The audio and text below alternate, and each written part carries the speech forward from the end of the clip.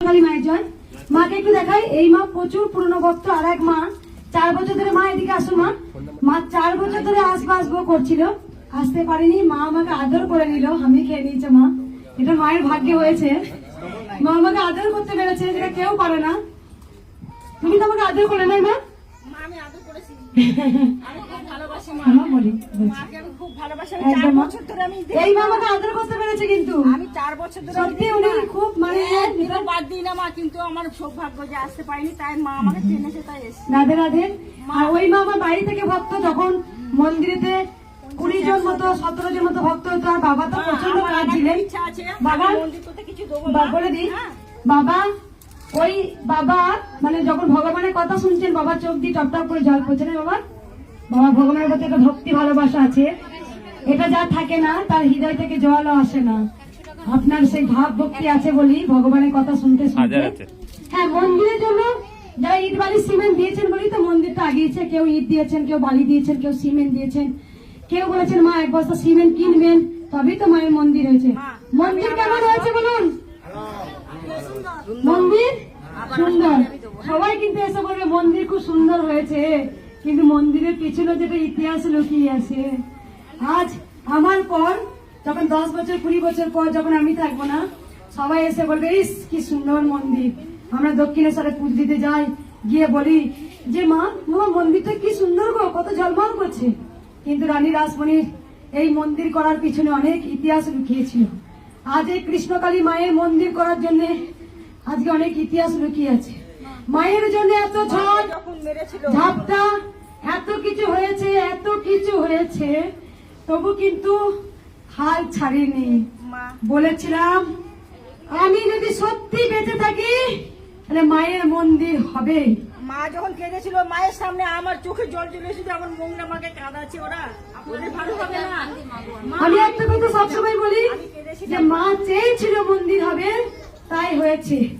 যা কিছু ভালো কাজ করতে গেলে কিছু জীবনে কিছু ঝড় আসে, ঝড় ক্ষত বিক্ষত হয়।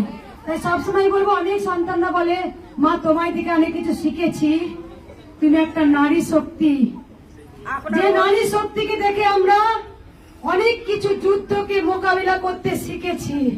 তাই আমরা অল্পতে হেরে যাই, নার্ভাস হয়ে যাই, বলতে থাকি মা আর পাচ্ছি না, মা নিজেকে শেষ করে দিই, নয় সুইসাইড করে দিই। কিন্তু আমরা এটাই বলি, কিন্তু না, বারবার ফেলিওর হওয়ার পর যে উঠে দাঁড়ায় সেই সাকসেস হয়, আর যে উঠে দাঁড়াতে পারবে না সে পড়িয়ে যাবে। তাই মনের জোর হচ্ছে 200% জোর রাখো, আমি পারবো, আমার দ্বারাই হবে। আলফা এডিসন তিনি বাল্ব আবিষ্কার করতে গিয়ে 999 বার ফেলিওর হওয়ার পরও বাল্ব আবিষ্কার করে দিয়েছেন ঘরে ঘরে। আজ বাতি জ্বলছে, আমরা অন্ধকার হতেও করতে পারছি। দশরথ মানজি যার স্ত্রী প্রেগনেন্ট ছিলেন, যে পাহাড়টা মাঝখানে ছিল, সেখানে ঘুরে যেতে গিয়ে তার স্ত্রী মাঝ রাস্তাতে প্রেগনেন্ট অবস্থায় মারা যায়।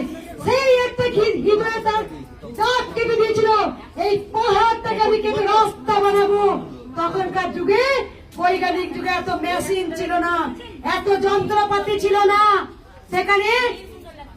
সেখানে কি হয়েছিল, দশরথ মানজি সেই ছেনিয়ার হাতুড়ি দিয়ে দিয়ে পাহাড় ভাঙছে। সবাই ওকে দেখে বলছে খেপা, ও খেপা, খেপে গেছে দেখি না, শুধু ছেনি হাতুড়ি পাহাড় ভাঙছে। তাই সে মনের জোরে দশরথ মানজি সেই পাহাড়কে কেটে রাস্তা বানিয়েছিল। যেই হসপিটালটা ছিল কাছে, কিন্তু এই পাহাড়টা জোরে ঘুরে ঘুরে ঘুরে ঘুরে যেতে হতো। তাই মানুষের গোটা বাঁচিয়েছিল গোটা গ্রামকে। তাই মনের জোর থাকলে আগানো যায়, অনেক দূর আগানো যায়। যারা শত্রুরা বলেছিল কৃষ্ণকালী মায়ের মন্দির করতে দেব না, আমি দেখিয়ে দিয়েছিলাম নারী শক্তি মহাশক্তি। তাই রাধা কৃষ্ণ, বাবা হচ্ছে মহাকাল, মা হচ্ছে মহাকালী। বাবা যখন বিপদে পড়ে স্বয়ং মায়ের ধ্যান করেন। আমি যখন বিপদে পড়ি তখন মাকে বলি ও মা, মা তখন বলে তুই শিবের ধ্যান কর, কারণ গুরু ব্রহ্মা গুরু বিষ্ণু গুরুদেব মহেশ্বর গুরুদেব পরম ব্রহ্ম তস্মৈ শ্রী গুরুবে নমঃ। কারণ গুরুই হচ্ছে পরম বিষ্ণু, ব্রহ্মা, মহেশ্বর। এই সব সময় বলি, আমাকে দেখে অনেকজন শিখেছেন। আমি জানি, শুধু মনের জোর রাখবেন, কেউ অল্পতে ভেঙে পড়বেন না। একটা কাজ করতে গিয়ে বারবার আঘাত পাচ্ছেন, তবু ভেঙে পড়বেন না। ভেঙে পড়বেন, উঠে দাঁড়াবেন, ভেঙে পড়বেন, উঠে দাঁড়াবেন, দেখবেন আপনি সাকসেস হবেন। জয় কৃষ্ণ কালী মায়ের জয়। মাকে দেখিয়ে দেন, তারপরে গানটা শুনছি মা।